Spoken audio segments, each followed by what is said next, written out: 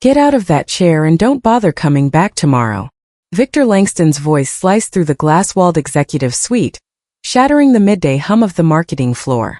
He descended on Imani Reynolds' desk, his polished leather shoes clicking with a predatory rhythm. This condition of yours is becoming a visual liability for a high-performance firm, he sneered, his eyes lingering on her pregnant silhouette with a contempt that barely masked his cruelty. Imani's hand moved instinctively to cradle her stomach, a silent, protective gesture.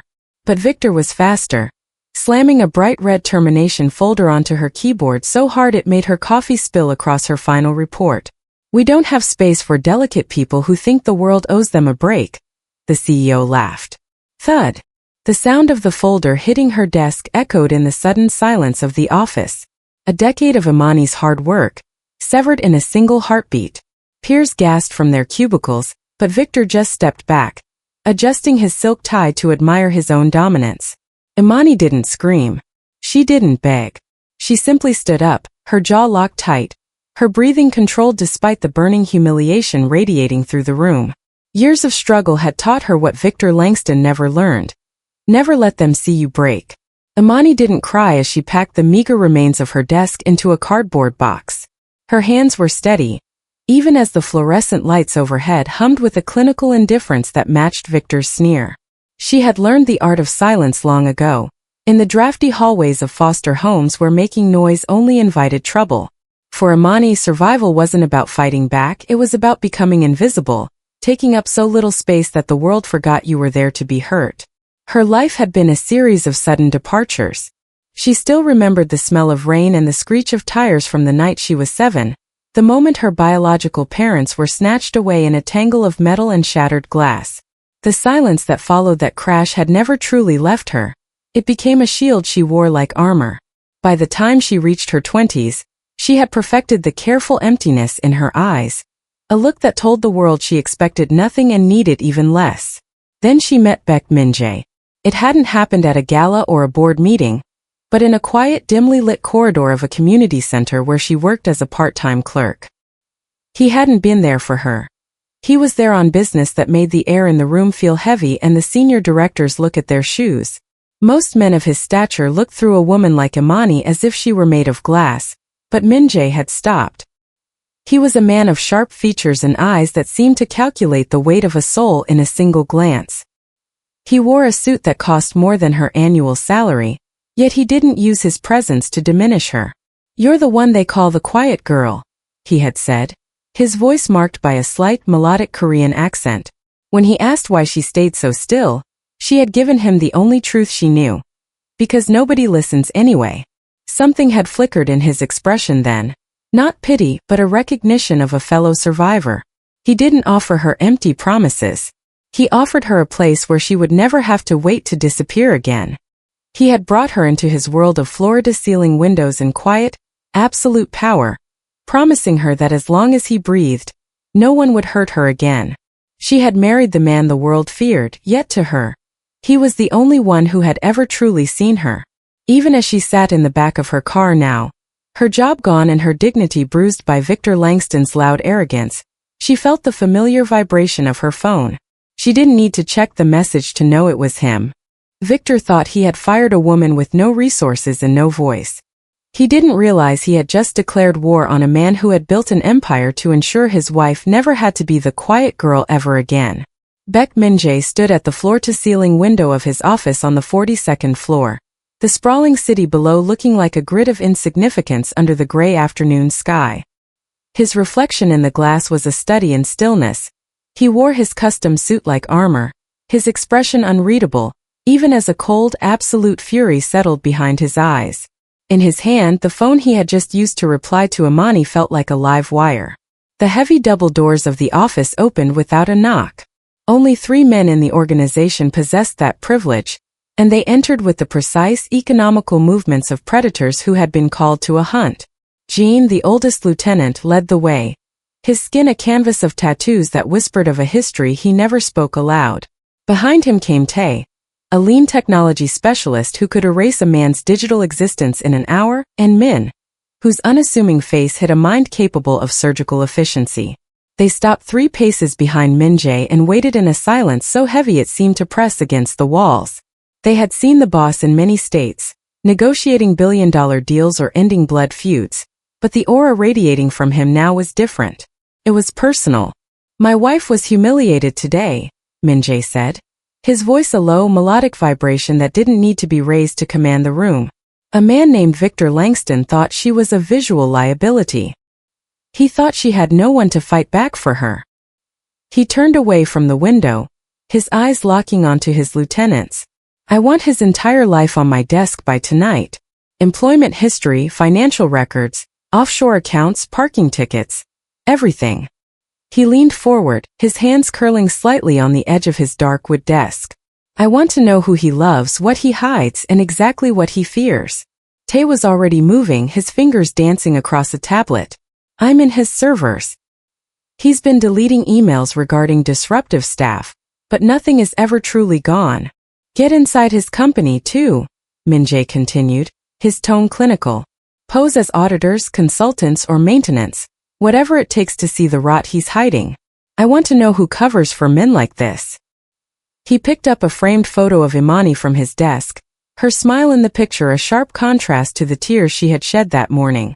"Real power isn't about a single act of violence," Min-Jae whispered, more to himself than the men. "It's about information and timing. It's about breaking someone so slowly they have time to understand exactly why it's happening." He looked back at Jean. "Make sure our friends in the legal and police departments understand that any complaints filed by Langston's firm should experience unfortunate delays." Jean bowed his head slightly, a dark smile tugging at the corner of his mouth. "On it, boss." As the 3 men vanished into the hallway to begin the dismantling of Victor Langston, Min-Jae sat back in his chair. He had promised Imani she would never have to disappear again. Today, he would prove that his promises were as absolute as the empire he ruled. By the time the sun dipped below the horizon, Tae's fingers were still flying across his terminal, the blue light of the screens reflecting in his focused eyes. He wasn't just looking for financial discrepancies. He was hunting for the ghosts of Victor Langston's past. As he breached the encrypted Human Resources Confidential Archive, a dark architecture of systematic cruelty began to emerge. It wasn't just about arrogance or a bad temper. Langston was a predator of precision. "Boss, you need to see this," Tae said, his voice tightening as Min-Jae stepped into the glow of the monitors.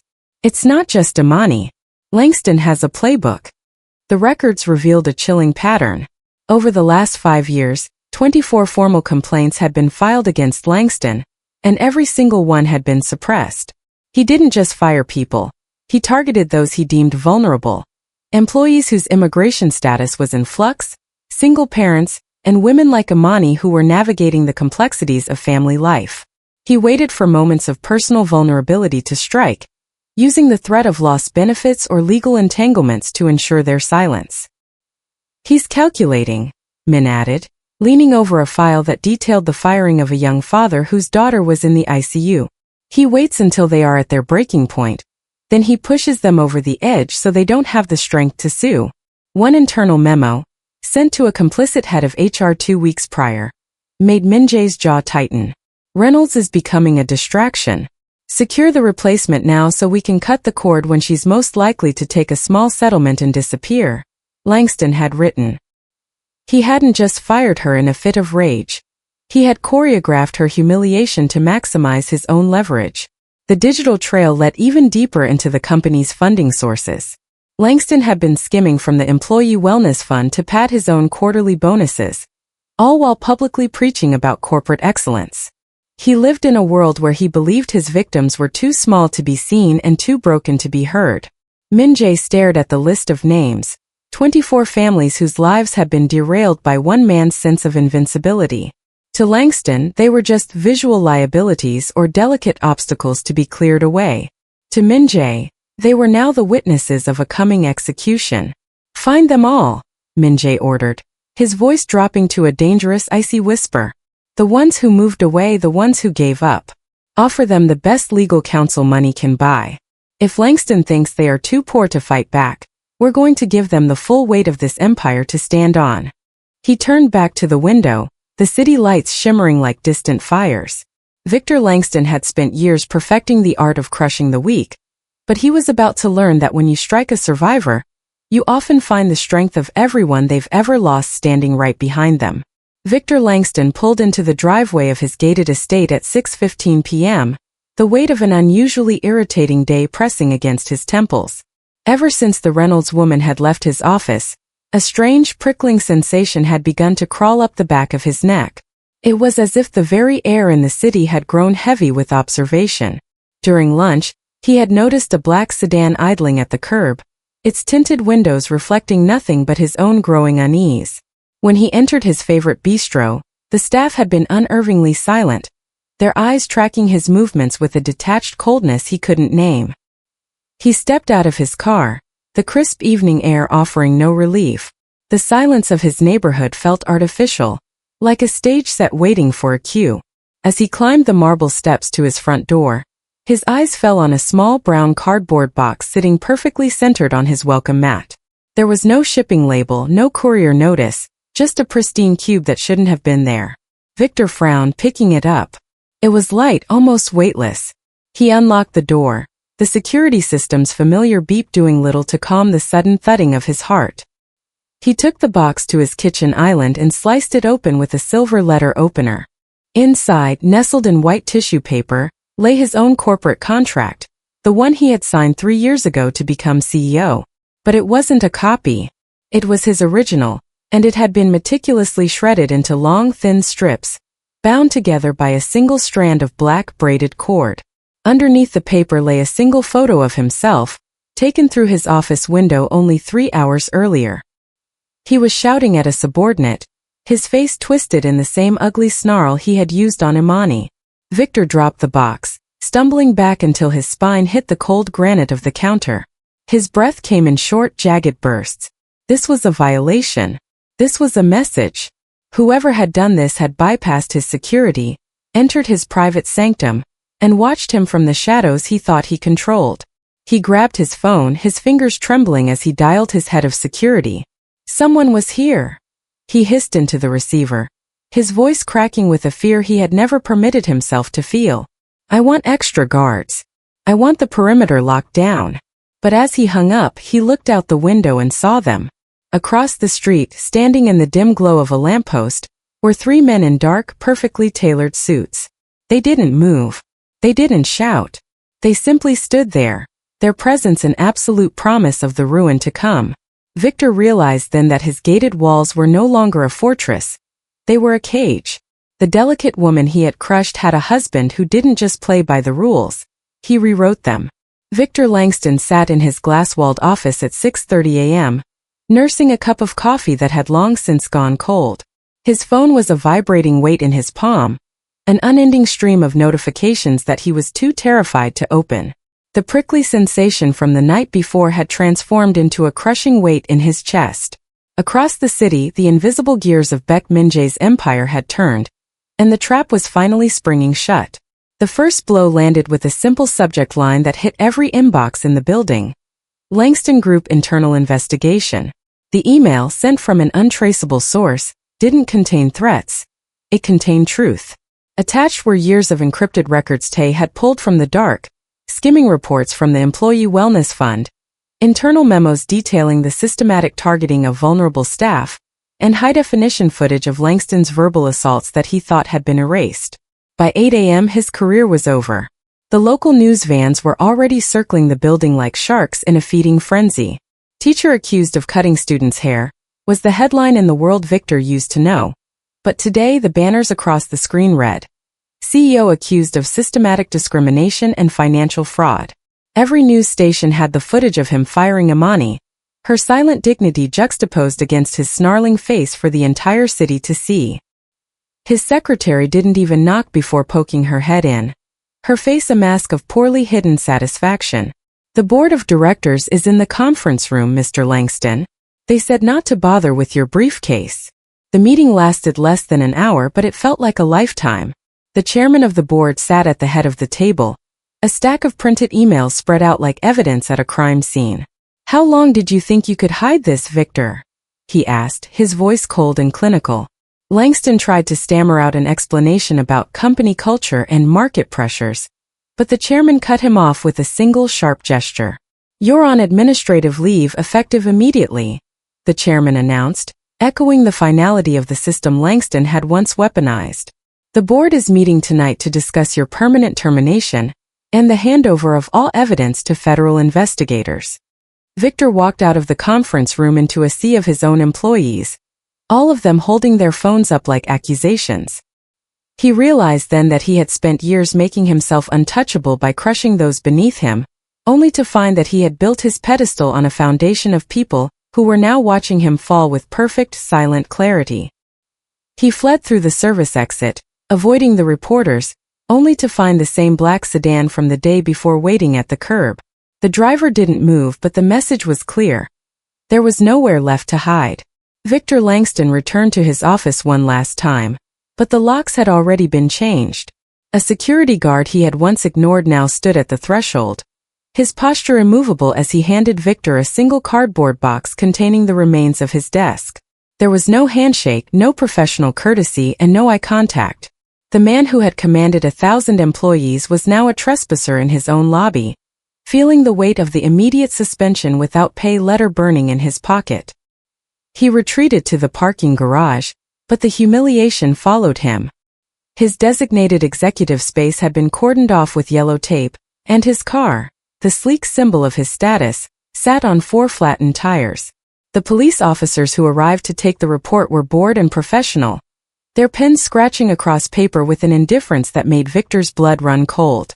When he tried to invoke his authority, the older officer simply closed his notebook and suggested he find a lawyer, leaving him standing in the shadows of the concrete structure. Back at his estate, the isolation became absolute. He spent the afternoon dialing his inner circle, but the world had gone deaf to his voice. His union rep's return call was careful and detached, informing him that while they could provide counsel, they would not endorse his actions. "You're on your own," the man had said before hanging up, leaving Victor in a house that suddenly felt too large and far too quiet. Every time he reached for his phone, he was met with a barrage of silent calls, numbers that rang twice and disconnected, a digital ghosting that kept his heart in a state of perpetual arrest. He sat in his darkened living room, the curtains drawn to hide from the reporters he imagined were still crouching in the bushes. He realized then that he had built his entire identity on the power to diminish others, assuming that tenure and administrative support would always be his shield. Now, stripped of his title and abandoned by his peers, he was experiencing the exact powerlessness he had once inflicted on Imani Reynolds. As the clock ticked toward midnight, he caught his reflection in the hallway mirror. He didn't see a titan of industry. He saw a man who had become his own biggest problem. The realization hit him like cold water. He hadn't just made a mistake, he had built a career on making them, and the consequences had finally found him. He was no longer the hunter. He was the prey, waiting for the final invitation to a reckoning he could no longer avoid. Victor Langston thought the silence of his home was the final stage of his punishment, but at 7 p.m., the silence was broken by a single text from an unknown number. It contained only an address and a command. 1247, Industrial Boulevard, Warehouse 6. Come alone. This is the only invitation you will receive. His lawyers had warned him not to go, calling it an obvious trap, but Victor knew the police were no longer an option. Every report he had tried to file regarding the surveillance or the slashed tires had been met with unfortunate delays or lost paperwork. He suspected now that his opponent's influence reached into corners of the city he couldn't even imagine. Driven by a mixture of guilt, exhaustion, and the desperate need for this to be finished, he drove to the industrial district. The warehouse was a massive concrete monolith, isolated by chain-link fences and the cold November fog. He parked his car, his hands shaking so violently, he had to grip the steering wheel for 5 minutes before he found the courage to step out into the night. The heavy metal door was unlocked. It groaned as he pushed it open, revealing a cavernous space filled with high ceilings and the smell of damp concrete. In the center of the room, positioned under a single harsh hanging light, stood a man who appeared to be in his 40s.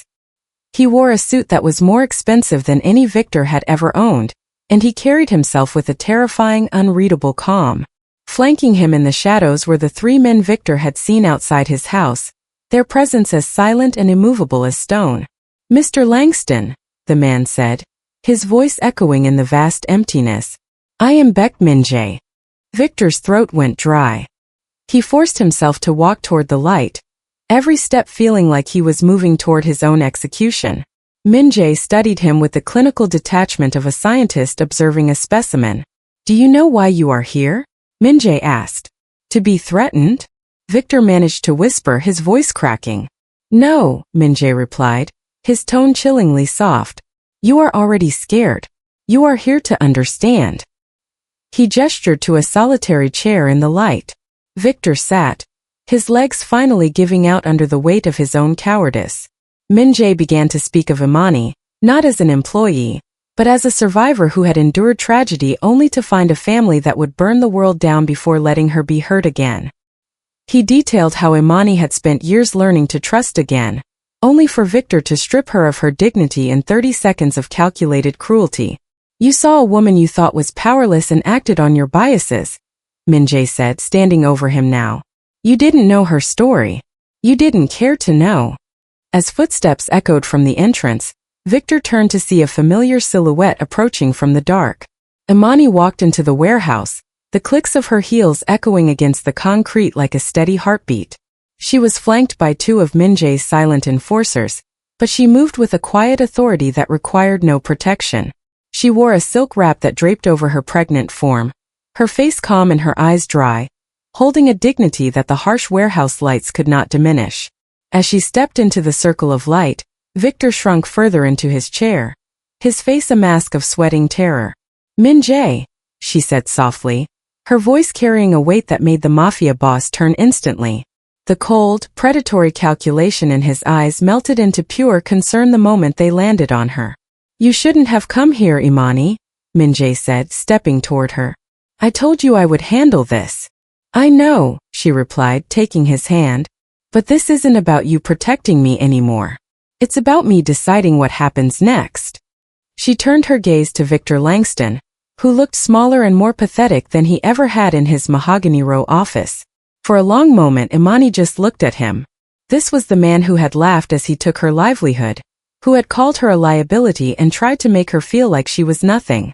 She had every right to demand he be broken, to watch as Min-Jae's empire dismantled the rest of his life piece by piece. But as she looked at him, she didn't feel the rage she expected. She felt pity. "You hurt me, Victor," she said, her voice steady and clear.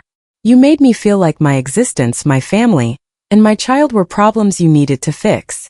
You tried to make me small because you are afraid of anything you can't control." Victor tried to stammer an apology, his voice cracking, but Imani held up a hand. "I've been hurt before. I've lost everything once, and I learned that carrying hate only hurts the person carrying it." She looked up at Min-Jae, whose jaw was still tight with the desire for retribution. "That's enough," she told her husband. "He's lost his career, his reputation, and his sense of safety. Making him more scared won't fix what he broke." Min-Jae studied his wife, searching her face for any sign of hesitation. He saw only moral clarity. He realized then that he had married someone with a strength he was still learning, a strength that didn't need violence to prove itself. "He's right," Min-Jae said, turning back to Victor with a final icy stare. "You are not worth her time, and you are certainly not worth the resources of this family." He reached into his pocket and pulled out a small silver charm bracelet, one that had belonged to Imani's biological mother, and handed it to her. Imani clasped the bracelet, a symbol of everything she had survived. "I forgive you, Victor," she said to the trembling man. "Not because you deserve it, but because I deserve peace." She turned and walked out of the warehouse, leaving the darkness behind her, followed by the man who would burn the world for her, but who had just learned that mercy was the ultimate power. 6 weeks later, the glass towers of the city still shimmered with the same corporate ambition, but the world Victor Langston once ruled had fundamentally shifted. For Imani, the morning sickness of her third trimester was no longer shadowed by the fear of an executive's sneer. It was met with the quiet comfort of a home where she was cherished as a queen. She had moved forward with a peace that surpassed understanding, her hair freshly braided by the hands of women who treated her heritage as a crown rather than a liability. Across the city, the Langston Group had undergone a dismantling that was as public as it was permanent. The evidence Tae had leaked to federal investigators had triggered a domino effect of systemic reform. Mandatory bias training, independent review boards for discrimination, and a zero-tolerance policy for executive misconduct were no longer suggestions. They were the new industry standard. The chairman who had once looked the other way was forced into an early, disgraced retirement, haunted by the careers he had allowed Victor to ruin. The 24 families Min-Jae's team had uncovered received settlements that, while unable to undo years of trauma, provided the financial foundation to reclaim their lives. They learned that speaking up mattered, and that sometimes the smallest act of courage could trigger the biggest reckonings. Meanwhile, Victor Langston found himself in a reality he would have previously considered a nightmare. Stripped of his license, his reputation, and his wealth, he sat in a cramped break room of a suburban clinic where he now worked as an entry-level receptionist. He earned minimum wage, answered to a manager half his age, and lived in a world without authority or assistance. Some days the weight of his own choices felt like a physical burden, a healthy dose of guilt that his therapist suggested was the only path to becoming who he should have been. He didn't know if he deserved forgiveness, but he was finally doing the work to earn it. Imani often looked at her mother's silver bracelet, remembering the crash that had nearly broken her, and the husband who had saved her in every way a person could be saved. She had taught Min-Jae that real strength wasn't just the power to burn the world down, but the wisdom to know when to choose mercy. As she watched the sunset from their penthouse, she knew her child would grow up in a world where family wasn't just blood. It was the people who showed up, who protected you, and who loved you fiercely enough to ensure you never had to disappear again. The empire Min-Jae built was no longer just one of shadows and secrets. It was a sanctuary. And as the city lights flickered to life, Imani realized that while her actions had started a storm, she had finally found the calm she had been searching for her entire life.